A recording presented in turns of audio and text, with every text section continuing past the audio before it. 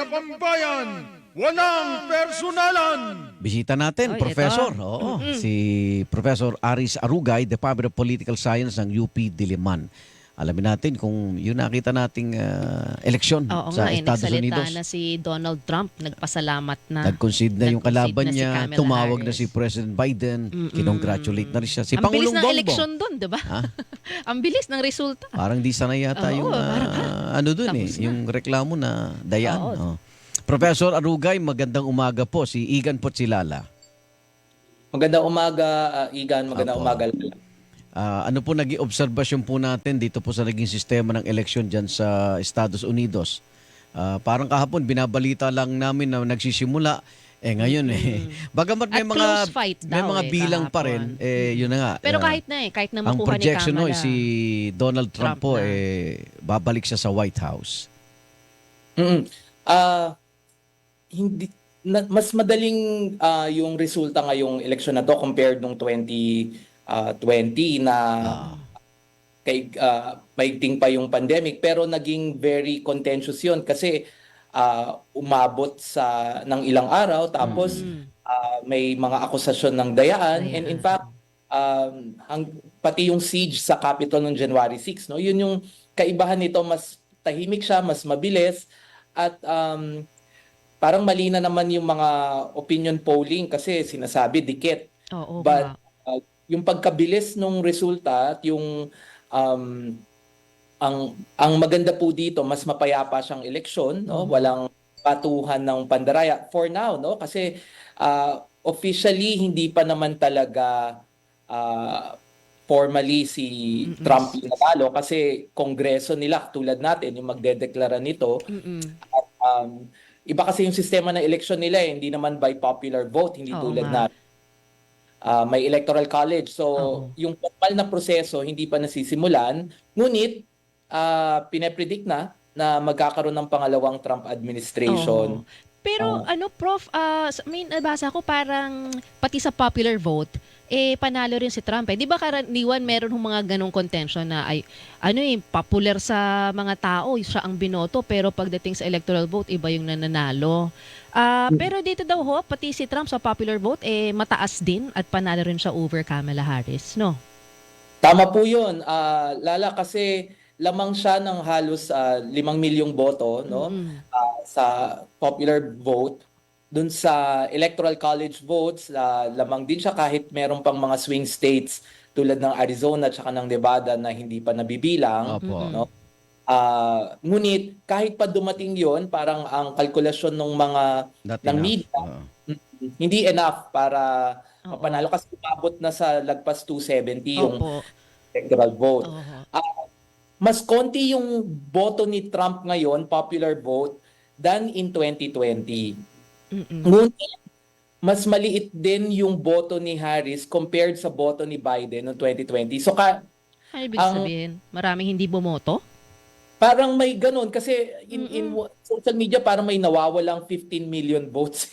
So, maaring kasi hindi naman holiday sa kanila ang eleksyon, no? So, ang importante pag eleksyon sa Amerika is maengganyo mo bumoto Yes. yung mga tao. Opo. Kasi magli-live sa work yan, no? At sa US, no work, no pay, no? So, ang ano dito is kaninong kampanya, yung talagang naengganyo nila yung mga supporters nila na bumoto, pumila, bumoto. At in fact, mag-absent sa trabaho. Nagulat nga ako kasi parang alas 9 na ng gabi, may bumoboto pa umahabol galing trabaho nila Ang maganda po sa US, Igan, is 2 weeks and months ago, meron nang pwedeng bumoto at pwedeng bumoto online, pwedeng bumoto ng mail-in. So Email. marami. Hindi tulad sa atin, no, na election day lang, or apart from that, yung absentee voting, but hindi tayo pwedeng bumoto way in advance. Hindi rin natin pwedeng email yung boto natin. Oo. Prof, anong basa nyo? Kasi itong si Trump, di ba, alam naman, meron siyang mga kaso na kinakaharap, hindi ba? Tapos, May immunity ba siya? pag naging presidente siya, di ba? Yan ang sinasabi, para sa kanya yung pagtakbo niya. Pero retroactive ba yung professor? Kunyari, yung reklamo sa'yo, bahagi nung naging pangulo ka pa nun, pero ngayon, pangulo ka uli, ano yun, immune?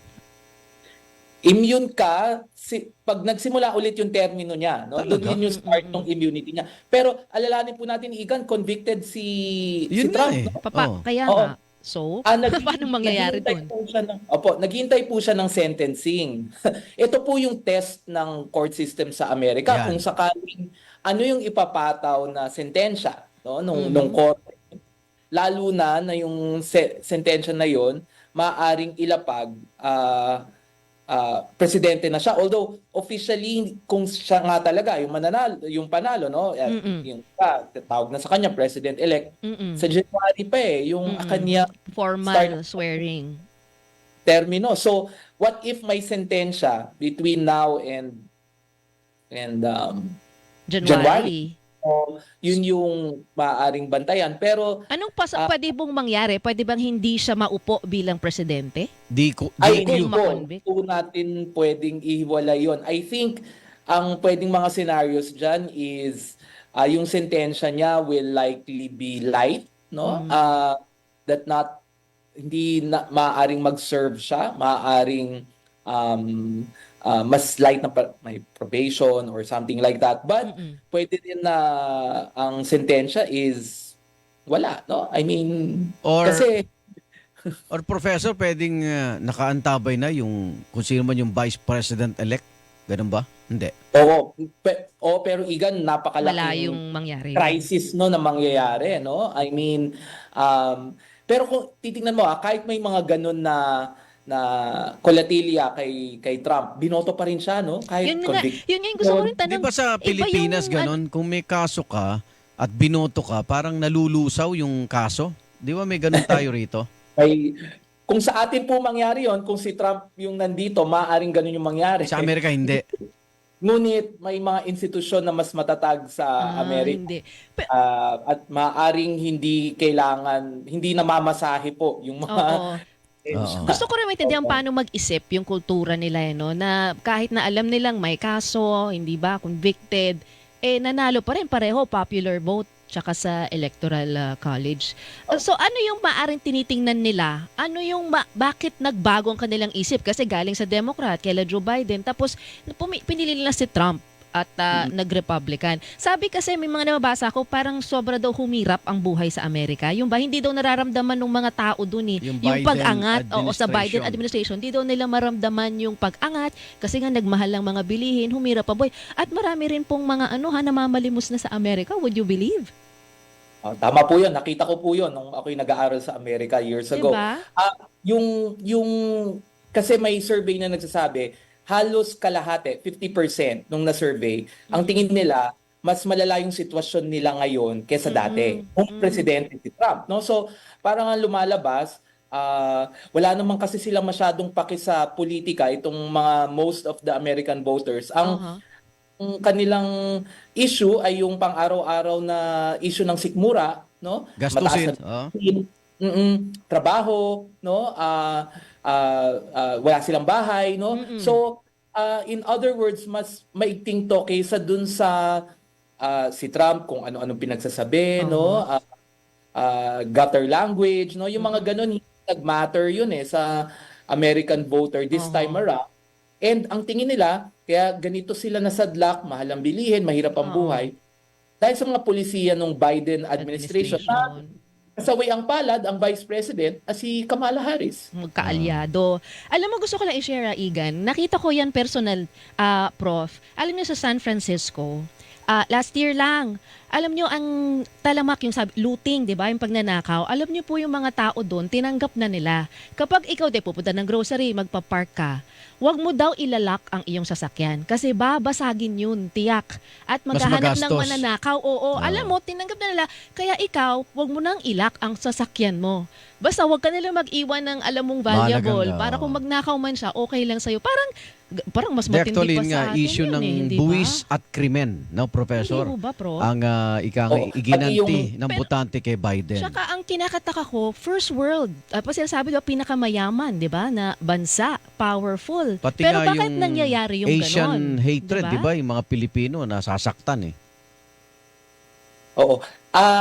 Kasi may global trend ng pag-elect nitong mga ganitong klase ng leader. No? In fact, sama nga tayo dyan. No? So, na in fact late lang yung US, hindi naman siya yung nauna no na sumusuporta sa mga ganitong klaseng leader, yung hindi gusto yung demokrasya, ang gusto kamay na bakal, gusto ng mga mabilis at mga violenting paraan, no? Yung polisiya, Opo. let's si Trump, makikita na pag nakita natin ngayon, next year pag naging presidente siya, itutuloy ba niya yung massive deportation, no? Kaya nga nakakapagtaka minsan yung mga maraming Filipino-American voters ang sumuporta kay Trump. But alam din natin maraming may immigration problems, no? Mga Pilipino. Paano kaya 'yon, no? Oo, paano kaya yung mangyayari? Mga TNT. Okay, Professor Arugay, ito, yung sa term ng isang US President, di ba 2 terms yan?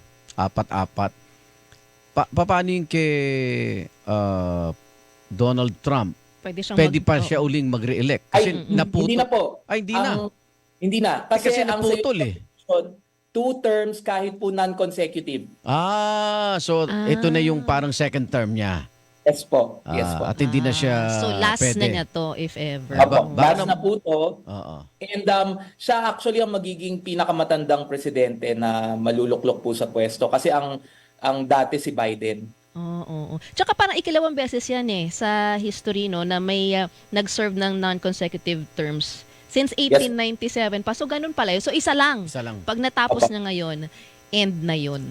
Yung sa relasyon sa Pilipinas, tingin mo, dati na natin siyang Pangulo, si Trump, dati na natin siyang kaugnayan. So, mababago ba yun o yung pa rin ng panahon ni Pangulong Duterte yata nung siya nakaupo, Professor Arugay?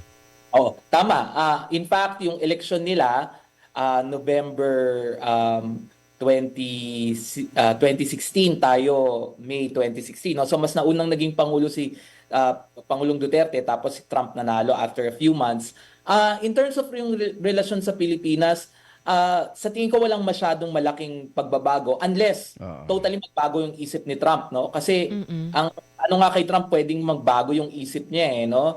Depende sa, ihip ng hangin minsan, at kung ang sabihin niya hindi naman kapakipakinabang sa Amerika itong alyansa sa Pilipinas, pwedeng magbago yung isip niya. Pero kung titingnan natin yung mga polisiya niya before, at titingnan natin yung polisiya ng Republican Party, no, na kanyang kinabibilangan, meron kasing bipartisan, meaning both parties are actually very supportive yung alyansa sa Pilipinas, and they think it's very important element, no, ng Asia policy ng Amerika.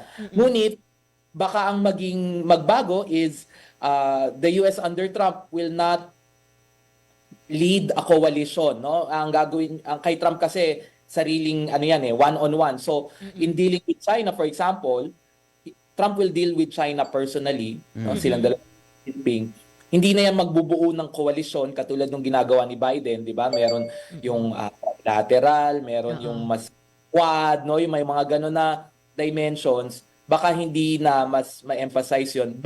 Pangalawa, pwedeng sabihin din na Trump, well, kung gusto ng Pilipinas ng tulong ng Amerika, magbayad ka. No? Parang hindi free, no? Kasi ayaw ni Donald Trump yung sumasakay, no, sa Amerika ng libre. Kaya nung first administration niya, sabi niya sa Japan at South Korea, kung gusto niyo ng American presence dito, magbayad kayo. Parang gano'n. Negosyante talaga no? Pero, ang mindset. Pero sa tingin ko, itong Marcos Jr. administration, and I think over time, itong gobyerno natin, wala na tayo dun sa frame na kailangan natin mamalimos sa Amerika, no, for our security and defense. I think tapos na yung panahon na yun. We're willing to fund our own independent foreign policy program.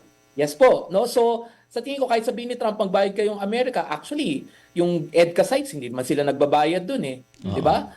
Pinapahiram natin yung mga pasilidad na yon for free, no? So, and I think si Trump, yung maaring ang interpretasyon niya yung pagtayunan ng Pilipinas laban sa China, baka mapabilib pa siya doon kasi pwede niyang sabihin na patong Pilipinas pumipitik at lumalaban China. So, suportahan natin. Parang ganon. Maaari ganun yung mga senaryo na pwedeng mangyari. Okay. Ito sa punto ko na lang po, Professor Arugay, yung pagiging babae po ni Kamala Harris. Kasi history din yung inabangan sa kanya na magiging kauna-unahang Female president. female president. Hindi pa ba handa yung electorate ng Amerika for a leader na babae? Oo, Igan, kasi nanalo si Trump over 2 female candidates, no? Si Hillary Clinton noong 2016, Oo nga, ano? si Kamala Harris. Kung titingnan natin yung exit polling, mababa yung boto ng women kay Kamala Harris, particularly white women, no? Most of the white women voted for Trump. So, even among women, kahit napaigting ni Kamala Harris yung abortion rights issue, mukhang hindi yun yung nag-decide sa maraming women voters to vote for her. So, yung preparedness maaari, at of course, ang ano dito kay Kamala Harris, hindi lamang siya babae, minority din siya. Half Jamaican, half Indian, maaring mayroon din, although nagkaroon ng President Obama, no? Maaring factor din yon. Pero in the end kasi, Igan, si Donald Trump, alam niya nang tatakbo siya since natalo siya noong 2020. Oo. Si Kamala Harris, hindi niya alam na siya yung kandidato until July of this. Bigla. So, diba sounds familiar, no? Parang sa atin, yun yung nangyari noong 2022. Hindi, at marahil, maraming Amerikano, hindi siya kilala. Yun yung naging issue dun eh. Hindi siya kilala, hindi rin siya pin-repair kasi ang tingin ng Democrat Party, it would be a second Biden presidential campaign. At isipin natin, nagkumahog yung Democrat Party, hindi sila nagpa-primary, parang binigay lang, no? Yung presidential candidacy kay Kamala ni Biden. Kasi normally yung mga parties, they compete with each other, yung mga kandidato, in order to get the nomination of the party. Tama. Tsaka ano Lala, yung Hollywood factor, no? Ang daming artistang bumodo kay Kamala, talaga ine-endorse Pero pa siya sa hindi mga rin. concert. Pero Hindi parang nadala. hindi Hindi sila hindi ganun sila parang impluwensya, professor. Iba kasi yung follower ka sa Instagram, iba rin yung iboboto mo eh. Hindi naman ano yon eh. Maaring hindi yun magkakonekta, no, na fan ka ni Taylor Swift or fan ka ni Jennifer Lopez, but Sa decision, kung yung- hiwalay. kung yung polisiya ni Harris is hindi maigting para sa in terms of the economy, immigration, no, inflation, maaring hindi yun yung maging factor sa yung pagboto. Oho. Balikan ko lang pakilinaw lang kasi 'di ba ang Amerika nga powerhouse siya, yung mga bansa humihingi ng tulong sa kanya, 'di ba? Yung mga inaapi, 'di ba? Yung nandiyan din yung Ukraine, 'di ba? And Russia, tumutulong ang Amerika. Maging dito sa atin sa Pilipinas, may mga pagsuporta na sinabi din ang dati pang administrasyon. So, ano sa tingin nyo ang maaari ding maitulong? Anong maaaring gawin niya? With China, talaga ba? Rekta with China? O at nabanggit nyo nga, with the Philippines, pwede tayong tulungan? Si Donald Trump, ang magiging preoccupation niya, I think, is how to fix the economy. No? And therefore, sa tingin ko, kung para makuha natin yung attention ni Trump, kailangan yung economic counterpart. No? Economic trade, investments, yun yung usapan. In terms of security, parang tingin mo hindi niya magiging priority yon kahit nakaalyadong bansa? Kasi sabi ni Trump, ayoko ng gera eh. Kasi in fact, nung presidente ako, walang gera. Nung di na ako presidente, ang daming gera. No? So, ang gera lang na gusto ni Trump, trade wars with Negosyante. China. Which actually benefited some of the countries sa atin medyo maliit. Kasi nung nag-impose siya ng tariffs at nag-impose siya ng restrictions on Chinese capital, yung mga American businesses na yon or ibang foreign businesses umalis sa China. At pag umalis sila, saan sila mag-i-invest ngayon? No? Naging attractive yung ibang countries sa Southeast Asia, including us, pero natalo tayo ng Vietnam dito kasi mas attractive sa kanila. No? So, ang importante, at in fact, ito yung pangako ni BBM nung kumakandidato siya, is to make the Philippines attractive for foreign investment. Sana magawa yun at ma-attract natin kung sakaling Trump will continue to engage in a trade war with China and China economically, oportunidad sa atin yun na makinahanglan. Ay, Alright. Professor Arugay, Thank you po, maraming Prof. salamat sa inyong oras at inputs na yan, kaugnay ng ating relasyon sa Amerika at natapos na eleksyon. Ingat po kayo. Ingat po kayo. Din po, maraming salamat. Professor Aris Arugay, Department of Political Science ng UP Diliman. Ang hinihilingan, walang pino